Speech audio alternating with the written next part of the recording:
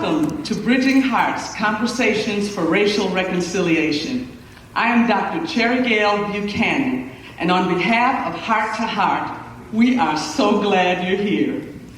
Now first, I want to extend sincere gratitude to our sponsors listed in your program, including Platinum sponsors Anthem Blue Cross Blue Shield and the Oak Creek Community Center. Thank you for investing in conversations that strengthen our community. I also want to acknowledge Ms. Genene Hibbler, founder and CEO of Heart to Heart.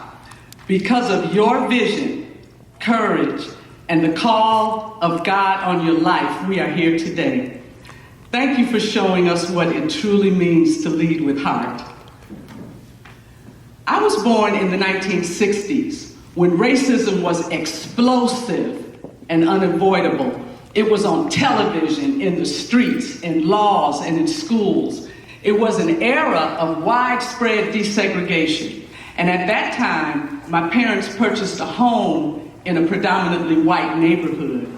I remember when Dr. King was the most visible leader of the civil rights movement. I was only 8 years old at the time when his life was taken. And I remember the shock and the fear.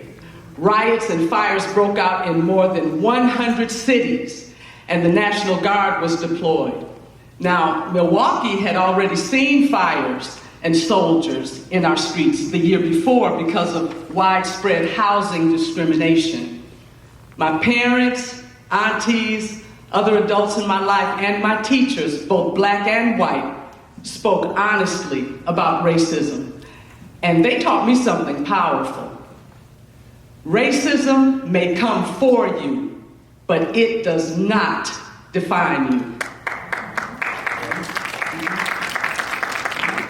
They never hinted that racism had the power to stop me. They taught me that my success was always mine to claim.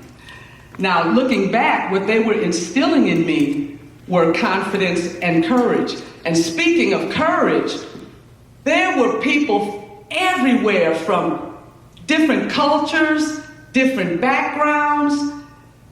They were one race, because there's only one race, right? The human race. Yeah.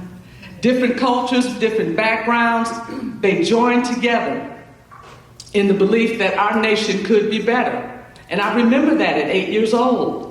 They came together and they stood for dignity, not dominance, for justice, not revenge, for community, not division. Now, prior to attending integrated schools, my siblings and I learned that dignity is not something you wait to be given. You model it, and then you expect it. The adults in our lives did not play. They taught us to carry ourselves in ways that commanded respect, including advocating for ourselves and for others. Now, as a result, we did get along. We got along with our new teachers and our white classmates. It was fun. We got along for the most part. Now, there were a few challenges that we had to address, and we got through them just fine.